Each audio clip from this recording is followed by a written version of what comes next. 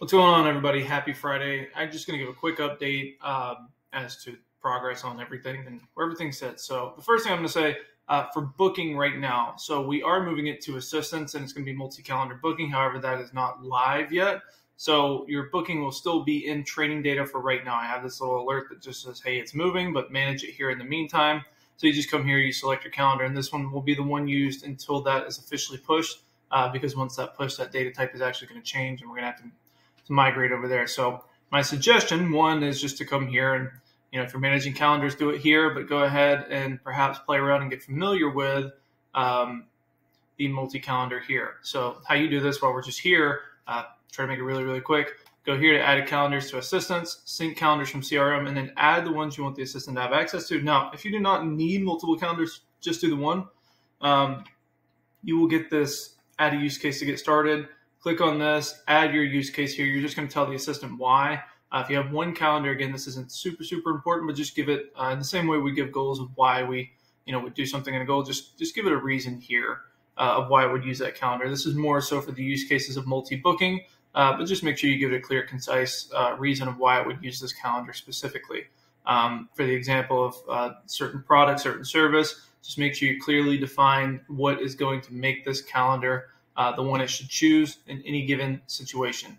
So everything else should be stable as far as generation and things like that. But you see things kind of moving around, actively doing it throughout the week. And again, this update's taking a little longer than usual. Usually I have it snappy 24, 48 hours. This thing's done. But I'm spending a little extra time in the areas that I think need attention. And that as this goes through, I'm trying to maintain uptime as much as possible. So just going through everything here, everything, again, should be stable. Use knowledge bases, change your stuff to vector stores.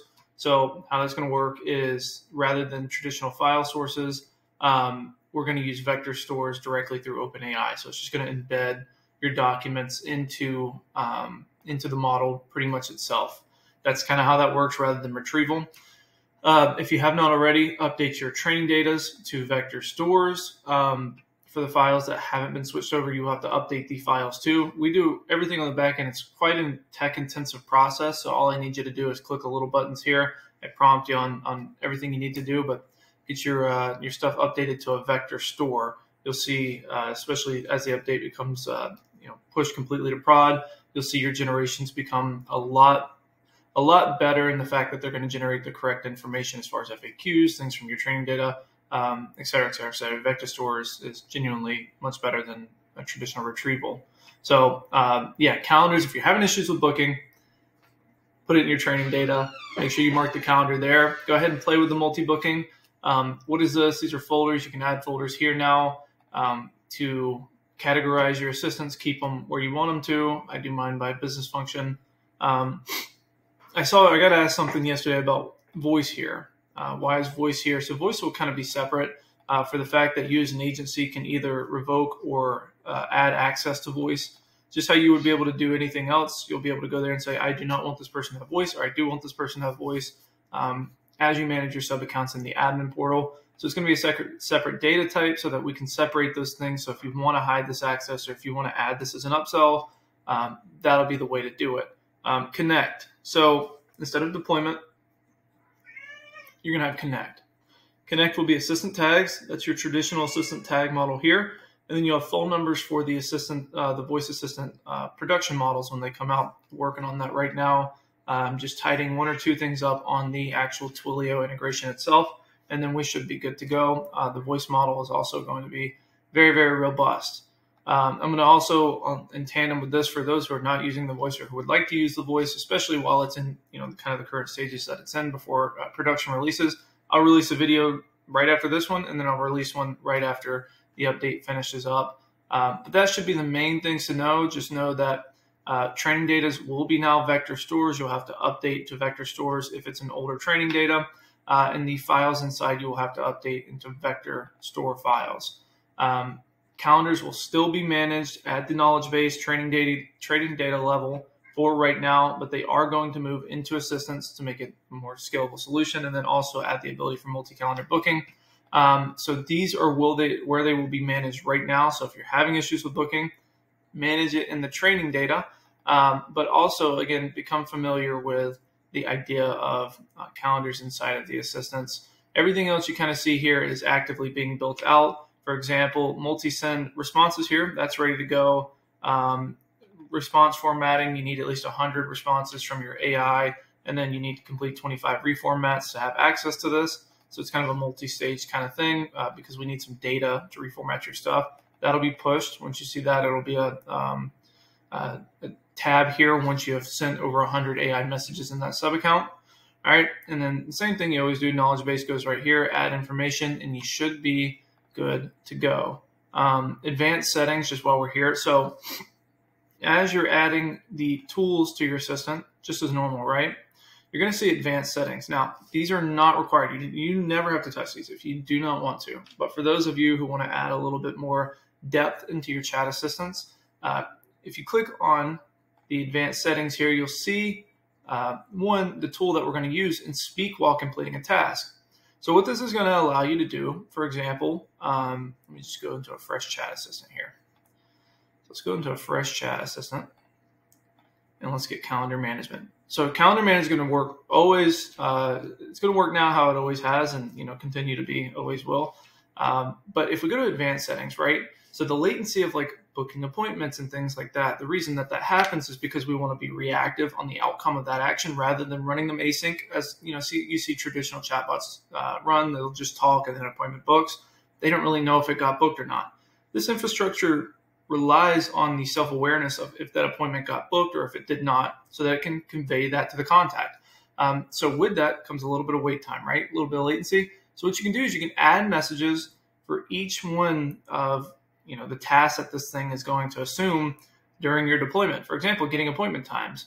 If I want to break up that latency, if I want to add some intermittent messaging in there, all I have to say is 1 second while I grab some times for you. All right. You can add as many as you want here. In fact, I encourage it, especially if someone's going to book multiple times. But add some variation here. What this is going to do is while it's checking the appointment times, while there's that little bit of latency, that extra 10, 15 seconds or whatever it tends to average out on, due to server time or how many tasks it's running, it'll send these messages just to kind of break up the conversation. Hey, I'm still here. This is great for chat widget. So while it's booking appointment, while it's doing other things, it will send these messages in the interim to make sure that that person knows that, we didn't go anywhere. And you can do that for all of them. And you can do as many as you like. So I'm trying to think what else besides like something like the calendars here, accessible calendars. You just add your calendar to the assistant. You give it a reason.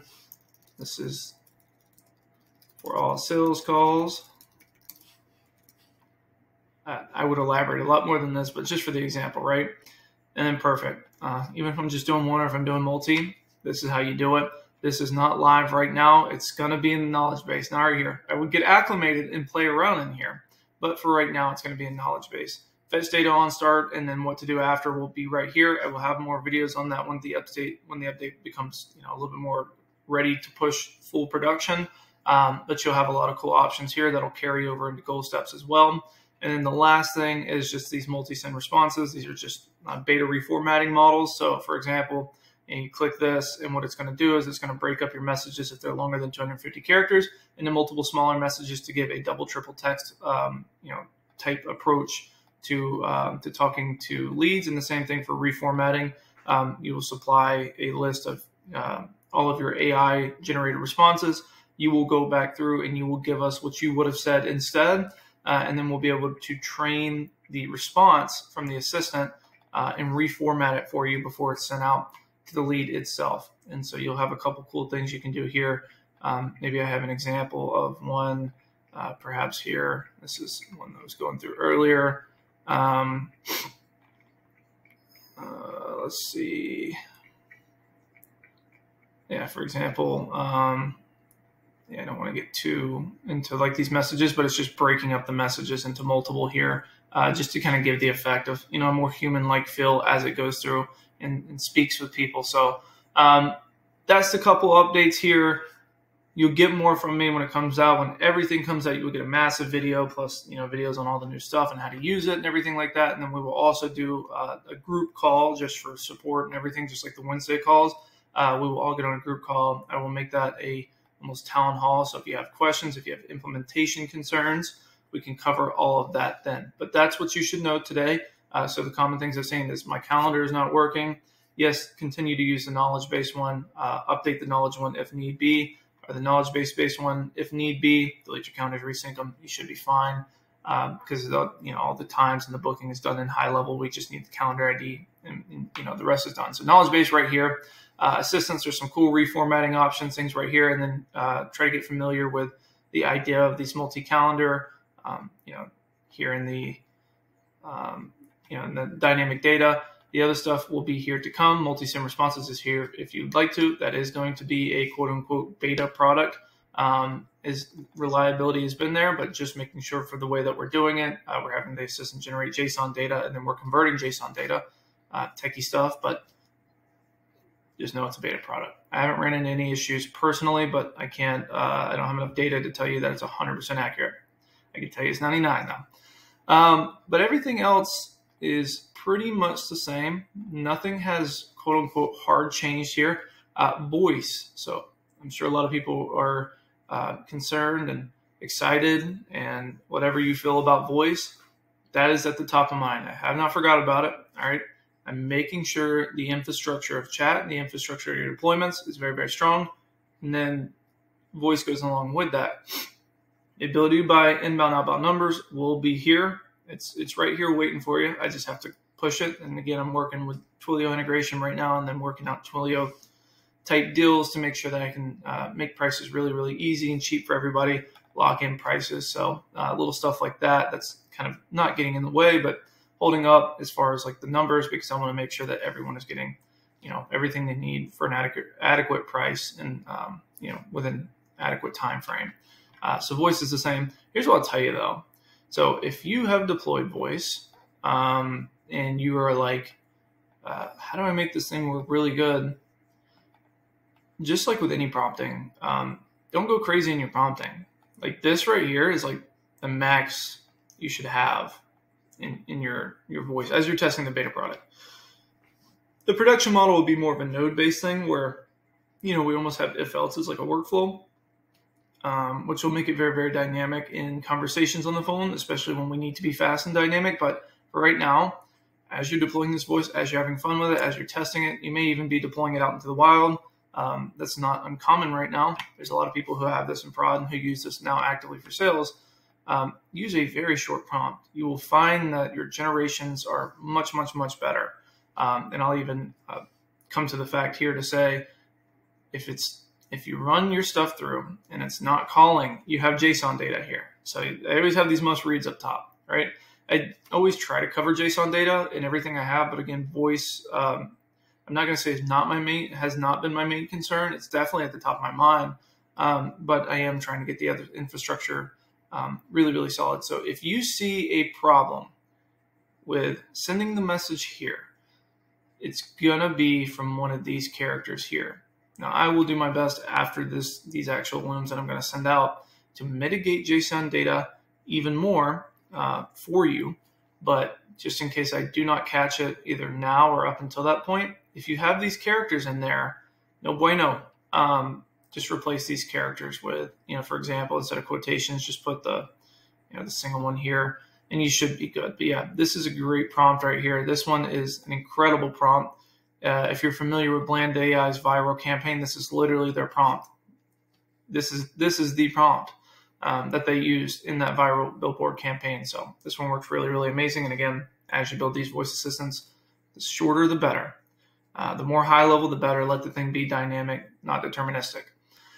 I think that pretty much covers everything right now. Everything else, especially when we kind of get into stuff like this, I will put out full length, full scale, in-depth videos when everything has come out. Up until this point, everything should be active. Everything should be good. Your chat should be good. If it is having problems booking, knowledge base, not the one in the assistant. Get familiar with it, but that's not where it's booking from right now. It's booking from your knowledge base.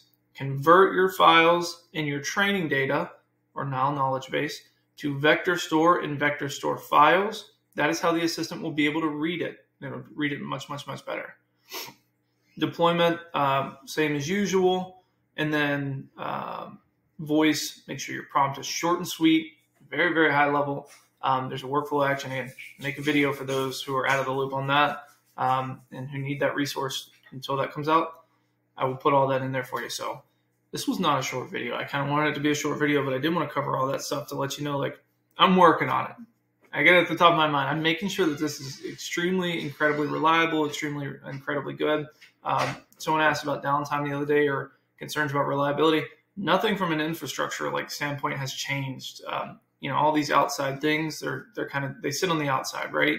So like this thing is going to book the same as it did a week or two ago. Totally fine, right?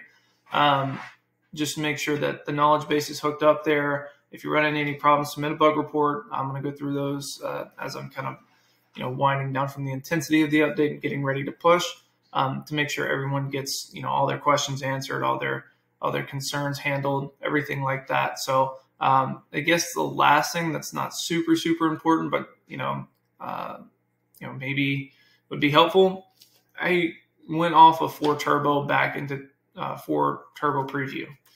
The reason I did that is 4 Turbo's verbiage, 4 Turbo's instruction set is just not to the standard of, what I'm used to, what you're used to as far as your deployments. So we have switched back to this, and I've already seen just from, the messages that come through my account and that filter through my account, that the responses are 10 times better, and following instructions is 10 times better than 4 Turbo Prod, funny enough. But this isn't a very instruction-heavy model here for those who are more technical. So this one's going to follow instructions better, while 4 Turbo may be much better for complex tasks and kind of one-off things. So rant video over. Hope that answers all your questions. If it does not, drop it in school. Send me a text. Shoot a bug report. I'm going to try to get to everyone as fast as I can today. Again, kind of winding down from the intensity of the update itself and the things that I've had to do preliminary to this update to make sure everything is good to go, for pushing prod. But this should catch you up to date. 17-minute video. You can skip through it. Put me on 3x, 2x, whatever. But this should kind of get you up to date where everything's at, and then where everything's kind of going to go. And again, I'll release a massive video with everything that's going to be out when the update comes out. And I'm hoping they keep giving time frames, but it keeps pushing back for some things. But I really am hoping within the next 24, 48 hours, this will kind of be all out of all done, out of our hair and in prod and ready to go, so we can focus on some other things. I have more updates, but that will come later. Happy Friday. Talk soon. See you soon.